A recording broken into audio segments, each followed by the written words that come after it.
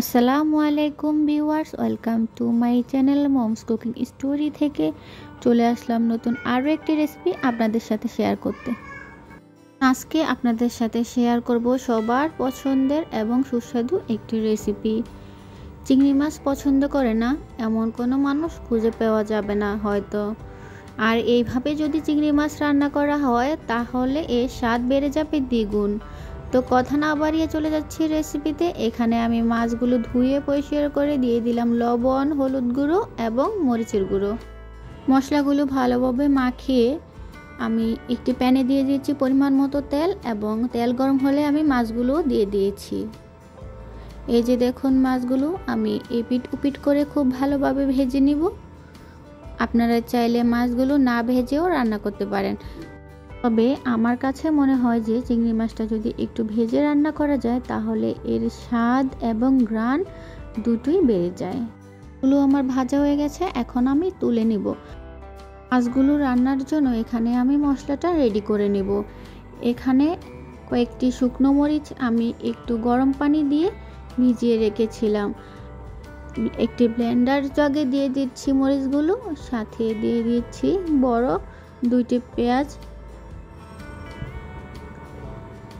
দিয়ে দিলাম পরিমাণ মতো জিরে,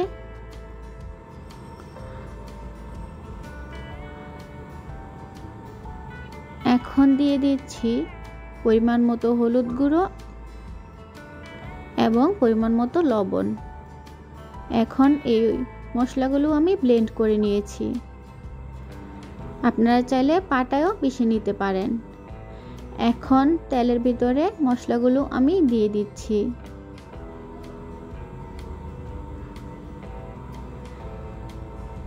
মশলাগুলো যখন তেলের ভিতরে একটু ভেজে নেবেন তখন চুলার আঁচটা লো ফ্লেমে রাখতে হবে, না হলে মশলাগুলো পুড়ে কালার নষ্ট হয়ে যাবে। আমরা যদি এভাবে মশলা একবারে পিষে রান্না করি তাহলে এর রান্নার স্বাদটা অনেক লোভনীয় হয়। এখন দিয়ে দিলাম সামান্য পানি, যাতে আমি মশলাগুলো কষিয়ে নিতে পারি। দেখুন মশলার কালারটা এখনই কতটা লোভনীয় লাগছে। এর দিনের দাদি নানিরা মশলা এভাবে পাটায় পিষে রান্না করত, আর রান্নার অথেন্টিক স্বাদ পাওয়া যেত। মশলাগুলো আমার কষানো হয়ে গেছে, মশলা থেকে তেল ছেড়ে এসছে। এখন দিয়ে দিলাম পরিমাণ মতো পানি। পানিটা ফুটে আসলে এখন আমি এক এক করে মাছগুলো দিয়ে দেব। আপনারা এভাবে মশলা রেডি করে যে কোনো মাছই রান্না করতে পারবেন। আপনারা অবশ্যই বাসায় একবার এই রেসিপিটা ট্রাই করবেন এবং কমেন্টের মাধ্যমে জানাবেন এই রেসিপিটা আপনাদের কাছে কেমন লাগলো। আমার রান্নায় আরেকটু লবণ প্রয়োজন, আমি পরিমাণ মতো আরেকটু লবণ দিয়ে দিচ্ছি। লবণ দেওয়ার পর খুব ভালোভাবে নেড়েচেড়ে আমি মিক্স করে নিচ্ছি। আপনারা লক্ষ্য করলে দেখতে পারবেন এখানে আমি কয়েকটি কাঁচামরিচ দিয়ে দিয়েছি। এই কাঁচামরিচগুলো আমি ফালি করে দিইনি, গোটা গোটাই দিয়ে দিয়েছি শুধুমাত্র ফ্লেভারের জন্য। এখন দিয়ে দেব সামান্য পরিমাণ চিনি।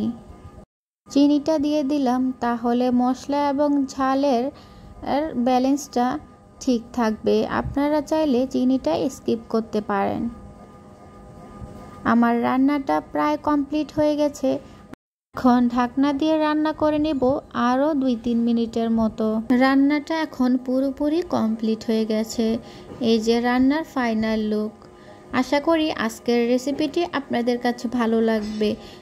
আর এরকম নতুন নতুন আরও রেসিপি পেতে আমার ভিডিওতে একটি লাইক দিয়ে চ্যানেলটি সাবস্ক্রাইব করার অনুরোধ রইল। আজকে এই পর্যন্তই, আবারও আসবো নতুন আরও একটি রেসিপি আপনাদের সাথে শেয়ার করতে। ততদিন পর্যন্ত ভালো থাকবেন, সুস্থ থাকবেন। আসসালামু আলাইকুম, আল্লাহ হাফেজ।